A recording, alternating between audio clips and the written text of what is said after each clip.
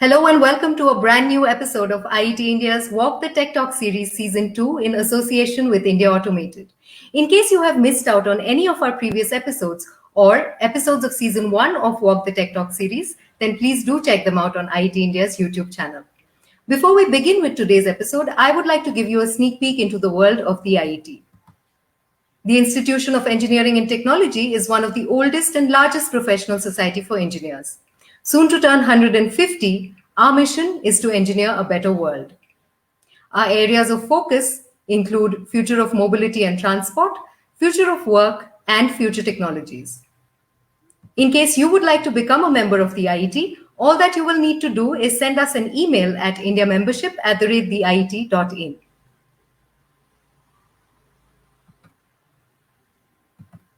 Without further delay, I would like to welcome on stage your host for this season, Mr. Pranjal Sharma, the author of India Automated, to introduce our speaker guest and also the topic of discussion today. Hi, Pranjal. Hi, Ujani. Thanks for inviting me once again. And let's move on to our guest for this episode of Walk the Tech Talk. This is going to be a very special discussion on a topic that impacts all of us, whether we realize it or not. It's about global information systems, and my guest today is Agendra Kumar, who is the president of Esri India Technologies. And the theme for today is, again, what does GIS mean? We think of it only as a tool to help us navigate roads, but it's so much more. Maybe it's one of the 1,000 applications that we have. So, Agendra, coming on to you, thanks for being here. GIS for Digital India is a great tool, and you've been doing a lot of work on that. Give us a small introduction of what Esri India has been doing. Well, Esri is, let me talk a little bit about Esri. So Esri is a global leader in GIS. Now, what do we mean by GIS? GIS is actually Geographic Information System. GIS helps us in organizing spatial data. Now, what is spatial data? Spatial data has location information. So GIS helps in organizing that data into layers of information for visualization and using maps and 3D scenes. So it still sounds a little complicated, but when I elaborate, it will become slightly easier. So what happens here is that all the spatial data gets populated on a map, so that you can look at insights in that data. What are the patterns of the data? What are the relationships? What are the different situations? And now these help in making smarter decisions. So basically, Esri India has been, Esri India was formed in 1996. And since then, we've worked with a large number of government organizations and private companies, telecommunication companies, educational institutes, in helping them use GIS for making better decisions. So the idea here is to unlock the full potential that is there in the organizations. Every organization has data. And the fact is, most of that data has a location component attached with that, because, I'm here, I have a location. You are sitting somewhere, you have a location. Every building has a location. Factory has a location. Your customers have locations. Your suppliers have locations. So everything has locations. So the idea here is to make use of that data to make better decisions. Let me ask you a very simple question for those who don't understand. So GIS, Geographic Information Systems, it's like a map. Now, on a normal map on paper or even a digital map, I know where I am and where things are. What does GIS do that a normal map does not do? Okay, the normal map is not interactive, right? It's a map. If it's a printed map, it's just a map. Now, a GIS map is an interactive map. You can change things into that. You can populate new data. You can get new layers. You can run different kind of analyses on that to see that if I change something, what happens to the other parameters. I will give you a very simple example that I once moved to a different country, and I was trying to find apartment to live. And it was in Singapore. I moved to Singapore and I was trying to see where should I live. And I wanted to have a place for my residence, which is within, say, 20 minutes of driving distance from my office. And there should be some good shopping close by. So I had my office location, I had my home location. So within the office location, around the office location, I could create a buffer zone and see what are the areas falling into 20 minutes driving distance of that. And then also look at which are the shopping centers, which are the healthcare facilities, which are the educational institutes. And once I had all this data, it helped me making a decision where I should be living. And along with that, one could also look at the property rates and see what is affordable, what is not affordable. So that's the difference between a static map and a GIS system. So, for retail users or individual consumers like you and me, I think that's very clear. But you are also saying that there are several institutions, government bodies, which can use this information and are using this, especially what Esri is providing. So managing land, for example, you said is a very important thing. How does it play out? What are the key or most important applications that you are providing using GIS to government bodies in the country? Okay, so there are many applications. So basically, how it starts is that GIS provides a framework. It provides a process to observe, understand, analyze, design and plan, make decisions, and take actions based on the decisions, and also to monitor the result of those actions taken. Now we've been working with many organizations. Like land management is an important one, because in every country, land department, I mean, land is the most important commodity that we have, and most of the lawsuits happen on land because sometimes the property titles are not clear. The how much land I own and you own, those kind of disputes keep coming in. So most of the countries prepare their cadastral map into digital map, so that the ownership data, the exact size and location of the property can be identified, and whatever land transactions take place, they are also done on a authoritative data which has been created once. So and then the record continues. So this is what a system of record is created. Then there are other traditional areas like managing natural resources, managing water resources, managing mining, managing forest. Where is the deforestation happening? How to improve. And these things have happened right here in the country. Over last couple of decades, forest departments of various states have used GIS to manage the forest resources and the water resources. Then there are other areas like asset management, which is very common for utilities, electric utilities, for example.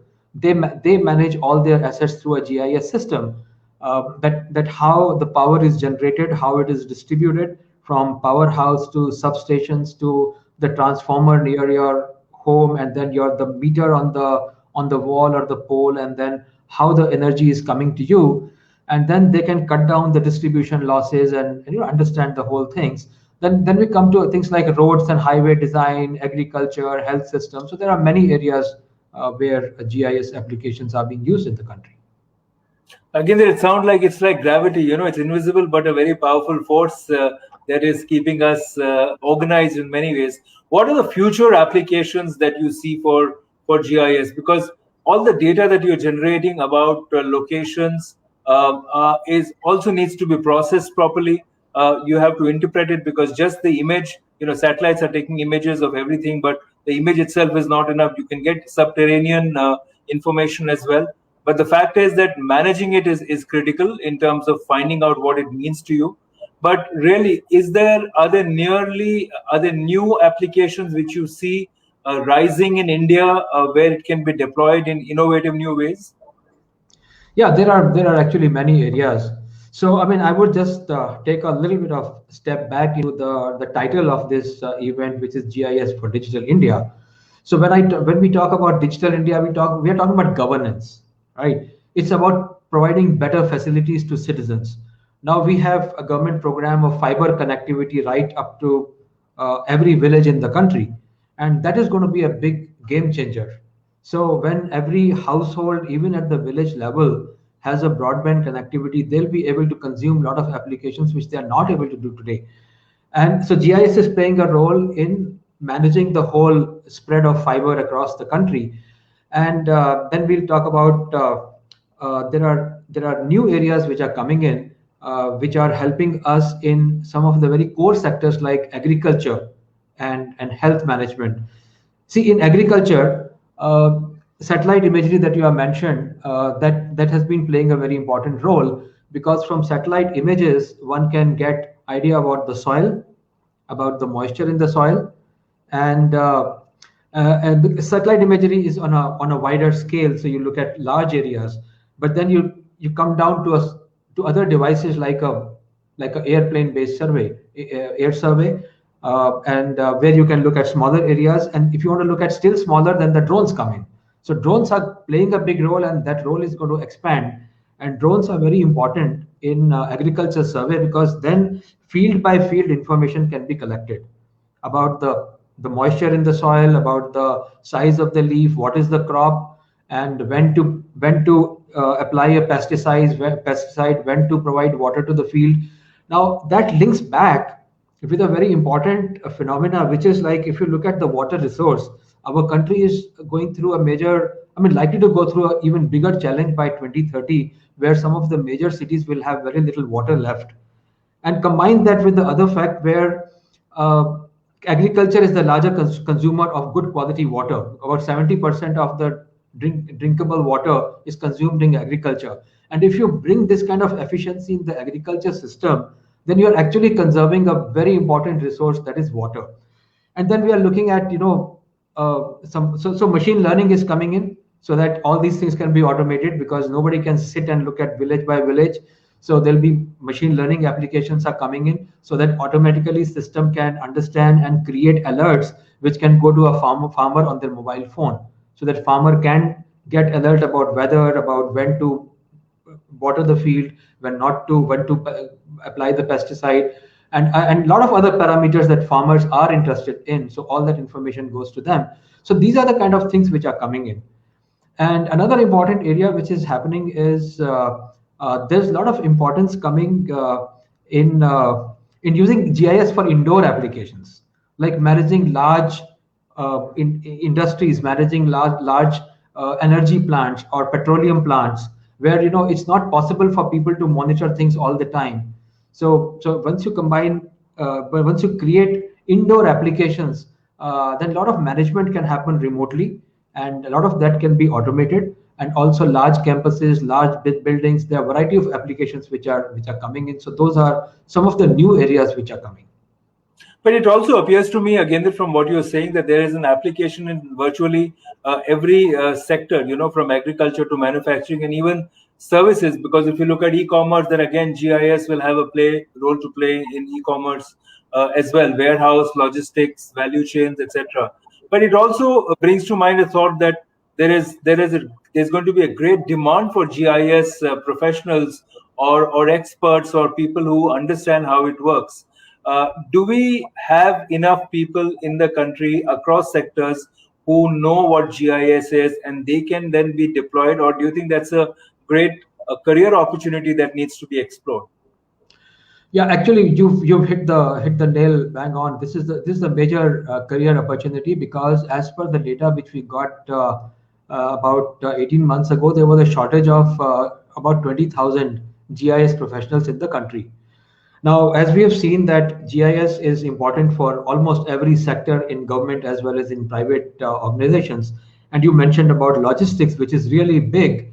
And if we just take a little logistics, today we see more from e-commerce perspective, but there's a whole lot of transportation industry. There are manufacturing organizations which keep track of their customers, their vendors, and how their raw material is coming, and how the finished goods are getting distributed, where they should have like if it's an automobile company, where they should have another they say outlet for their cars and vehicles.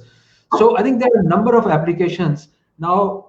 So there are two kind of things which are happening. One is that school level GIS hub, so that some interest can be created among the students which are in 9th standard or 10th standard, so they get some flavor. And we've seen that it worked very well. Number of school children are very interested in this. And then second thing which is happening at the higher education level. So there's already a decent number of colleges who provide the master's level degree in geoinformatics, but that is nothing. I mean, we may have some 300 or 400 in a year, and those are really people who know how to make the GIS applications. But today, the way softwares are becoming very easy to use, And people, when they pass out from a degree college, whether they do mechanical engineering or computer science or civil engineering or any other higher degree, whichever organization they join, GIS is going to be very relevant for them in whatever career they adopt, because in every sphere of life, we have mapping and GIS being used. So I think we are working with a large number of institutes, and we help them in creating curriculum and introducing GIS for different programs that they're running in their college. It's a very important thing. So do you think that our education policy and approach for engineering and others needs to then factor in the importance of GIS from school to higher education? You mentioned that some work is happening. Yes. So some work is happening. I think the new education policy is talking more about learning. So this is a part of learning. They need to learn, if they're using a map on their smartphone, what is behind that, how it was built, and what more can be done. So I think that's the starting point from where we have to do, and that's a transformational journey. It won't happen overnight, but I think we are taking various steps to ensure that we have a sizable manpower available to support the requirements of the industry and the government. Again, thank you. We're ending on a very, very positive note. I think where you're saying that there are great opportunities, more than 20,000 professionals at this stage, but as it expands, perhaps more. But clearly, it's been a revelation to know how GIS has an impact and will continue to decide and improve our lives in so many ways. Thanks again for joining us today. Thank you, Pranjal. Yep.